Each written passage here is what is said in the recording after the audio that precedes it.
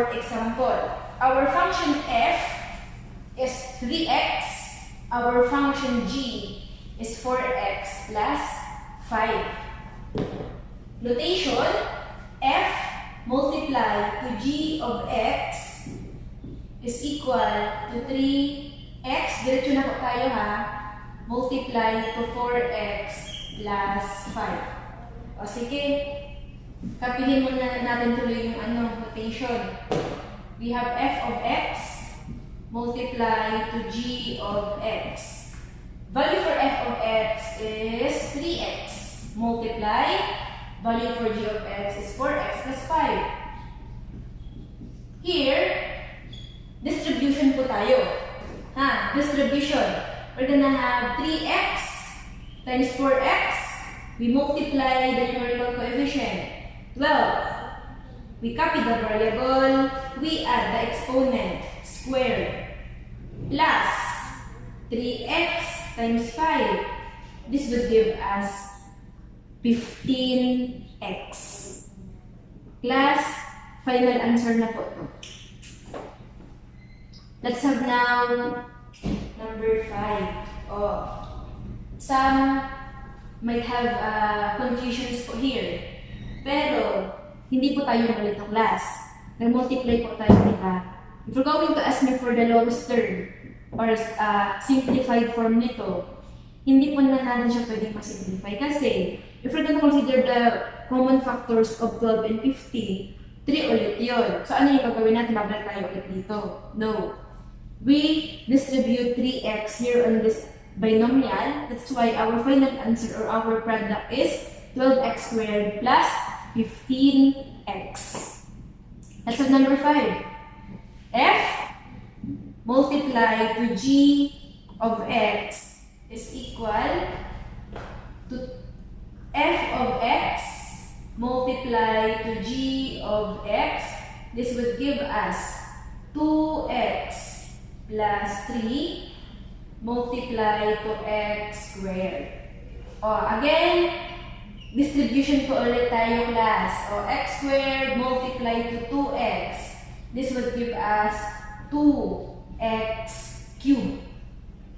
X squared multiply to 3. This would give us 3x squared. Everyone, final answer. Number 6. Take note ha. You review the laws of exponent maybe in YouTube or Google. Kasi po, alam ko na pag-aralan nyo na po ito during your junior high school days. So please have some review about the laws of exponent in multiplication and then division para hindi po kayo malito in applying this particular lesson. Let's proceed number 6. Number 6 po. F of x or f multiply to g of x is equal to f of x multiply to g of x. Since our given on this particular item, for example, is our binomial x plus 3 and 3x plus 12, diba, we have this method called FOIL method. We can apply the particular idea. We have FOIL method. Let's have x plus 3 multiply to 3x plus 12. So, paano po pa hinahanap ng Tash ang FOIL method? F stands for first. First, x times 3x would give us 3x squared. Next, outer. Outer. First, next is outer. Outer is on this area. X times 12 would give us 12x. Next in line would be here. Inner. Inner. I stands for inner. On this area, 3 times 3x would give us 9x. L stands for last. And that will be on this area. 3 times 3 or 3 times 12 would give us 36. Right after that, na-apply na parang yung full method ha. Again ha, first, outer, inner, last. On this area po, combining like terms po tayo. 3x squared, ito pong dalawa ito combine po natin. Bakit? They have the same variable and exponent. That's why 12x plus 9x would give us 21x plus 36. Ngayon class, makinig po. In answering your OM, may multiple choice po tayo or may mga items naman na given to and we're gonna give yung final product or yung mismong polynomial or yung expression. Ngayon, it can be simplified or not. Meaning to say, di ba, considering this area last, makinig po ha, ito, pwede ko lang itong mas-simplify. Bakit? 3, 21x, and 36 have a common factor, which is 3. Diba? If we're gonna divide them by 3, final answer would be x squared. Divide ha, we're gonna have plus 7x plus 12. This can be a final answer and this can be a final answer.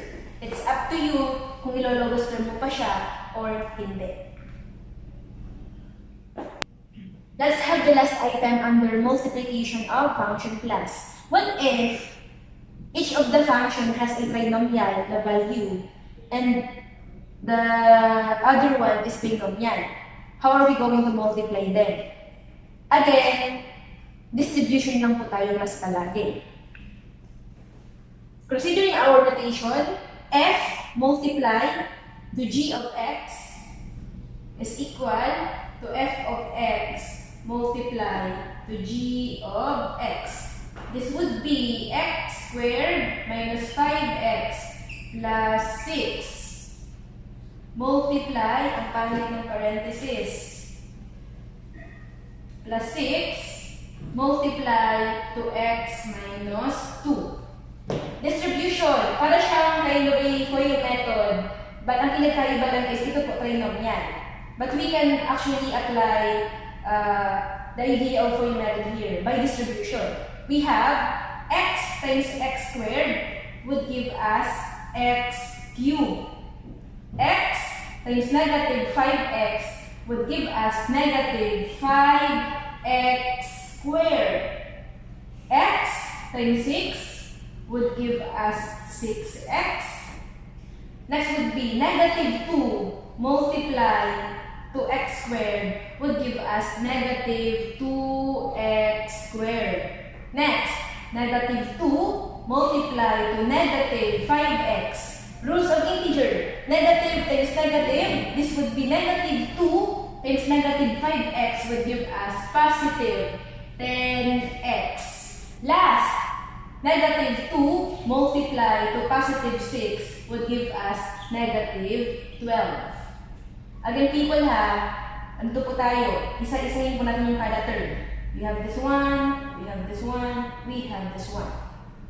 Next would be combining like terms. We're gonna have x cubed.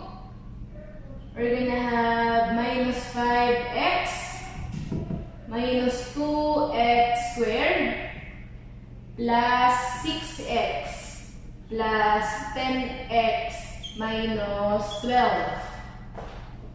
Pinagtabi ko po yung magkakapareho, yung variable and an exponent. So we combine them. We're gonna have x cubed. Magkapareho yung sign nila, di ba? Magkapareho po yung sign. So we copy the sign and we add the 2. This would be 7x squared. Magkapareho ulit yung sign, di ba? We copy the sign and we add the 2. We're gonna have 16x minus 12. Class, this would be our final answer. Makinig ha. Ma'am Tash, pareho po yung variable po nila. Pareho po yung variable nila. Pareho po, ito po sa part na to, di ba? If you na consider this one, pareho po yung variable and then pareho po yung exponent. Ngayon, tanong po dito is, bakit po hindi po natin inad yung exponent? O, nalilito yung iba dyan. Kasi po, hindi po tayo nag-multiply, di ba? Hindi naman po tayo nag-multiply. Kinumbay po natin yung dalawang term. Either, subtract po natin sila or i-add po natin sila. Depende po sa kanila. Again, people, baka po malito po tayo kasi yung mga naunang example, di ba, we tend to add the exponent kasi nag-multiply po tayo. Ito pong part na to, class, hindi po tayo nag-multiply. We tend to combine the terms. It can either be addition or subtraction, depende po sa given na term. That's why, hindi po natin kailangan i-add yung exponent po. Kapag mag-a-add ka or magsusubtract ka po ng term or ng polynomial, we're just going to copy the variable and then its exponent. Kapag mag-multiply ka, that's the time na kailangan mo i-add yung exponent with the same variable. So yun po yung pinagkaiba nila.